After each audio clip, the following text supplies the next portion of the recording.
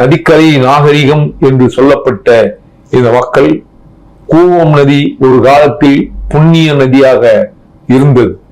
இந்த கூவம் நதியை சுத்தம் செய்கிறேன் என்ற பெயரில் அன்றைக்கு பொதுப்பணித்துறை அமைச்சராக இருந்த திரு கருணாநிதி அவர்கள் கூவம் நதியிலே முதலை இருக்கிறது என்று சொல்லி ஒரு பொய்யான தகவலை சொல்லி அதற்கு ஒதுக்கப்பட்ட பணங்கள் என்ன ஆனது என்கின்ற கேள்வியை அன்றைய மக்கள் கேட்டார்கள்.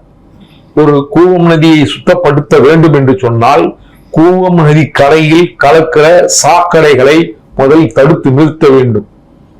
கூவம் நதியில் கலக்கிற சாக்கடைகளை தடுத்து நிறுத்தாமல் கூவம் நதியை சுத்தப்படுத்துகிறேன் என்று சொன்ன திரு கருணாநிதியினுடைய நயவஞ்சகம் என்ன? சென்னை நகரில் பல ஏரிகள் இருந்துச்சு.